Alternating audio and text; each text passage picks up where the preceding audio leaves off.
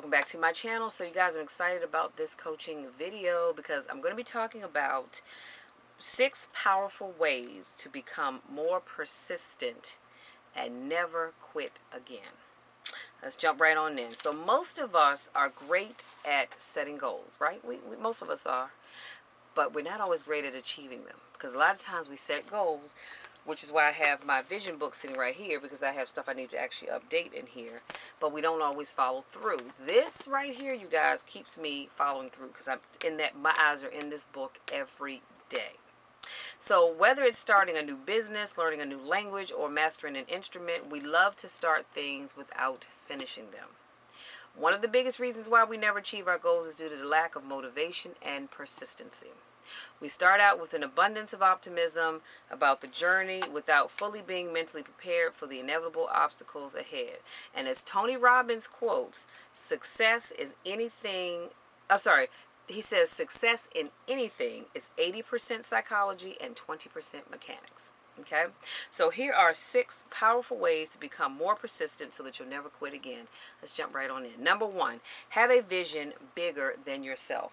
Your vision has got to be bigger than you. My vision has got to be bigger than me.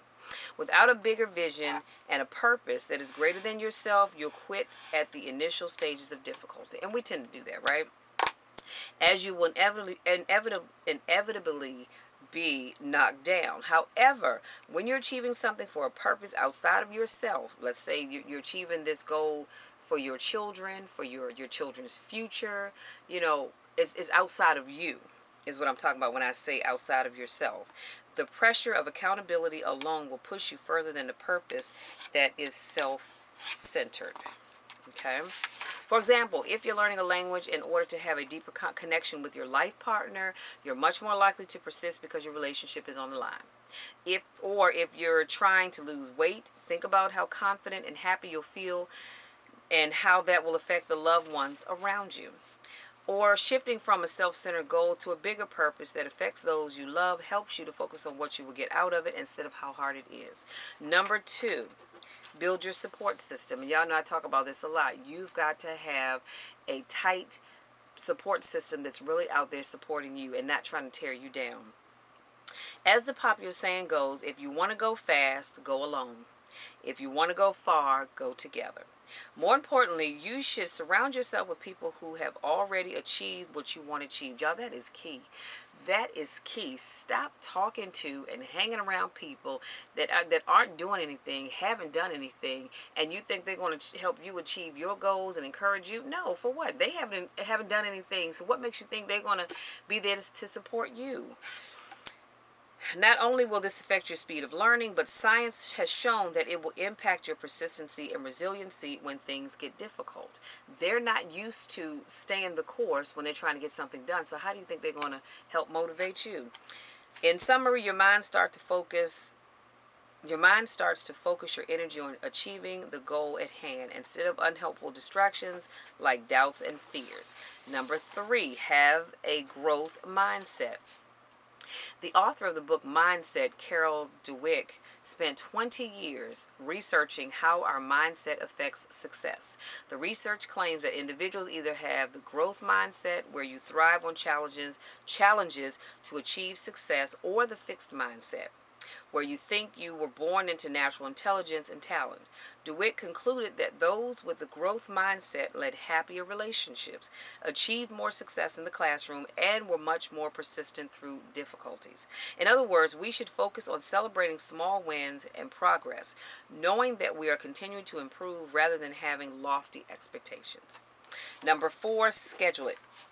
The most successful people in the world, from billionaire entrepreneurs on down, all use schedules to prioritize their day. I'm trying to tell you, you need to do that. Why not make a to-do list? I have a to-do list, and even if I get to the end of the day and some things on that to-do list I didn't get to, if I've gotten to the majority of things on that list, y'all, I'm happy. According to a researcher, Kevin Cruz, there are a few key weaknesses of a to-do list. Number 1, it doesn't account for time. So what I'm saying is, if you do use to-do lists, I do them on occasions, not all the time, but I do have them on the occasions. But he's saying that there are a few weaknesses with your to-do list. Number 1, it doesn't account for time. When we have a long list of tasks, we tend to tackle those that can be completed quickly like in a few minutes. And that's true. Leaving the longer items left undone. Research from the company I Done This indicates that 41% of all to-do items are never completed. That's major. And the second thing is it doesn't distinguish between urgent and important. It doesn't. You just have a long running to-do list and nothing is marked urgent or important. So once again, our impulse is to fight the urgent and ignore the important. Are you overdue for your next colonoscopy or mammogram? That's something that you need to do. I would put that up there, unless it's an emergency reason why, up there with the important things, right? And lastly, it contributes to stress. Unfinished tasks, I'm getting tongue-tied. Unfinished tasks contribute to intrusive, uncontrolled thoughts. It's no wonder we feel so overwhelmed at the end in the day, but we fight insomnia at night. So instead, we should focus on scheduling our priorities. What doesn't get scheduled doesn't get done. And that's just the bottom line. If you don't schedule it, it's not going to happen. So number 5, teach others.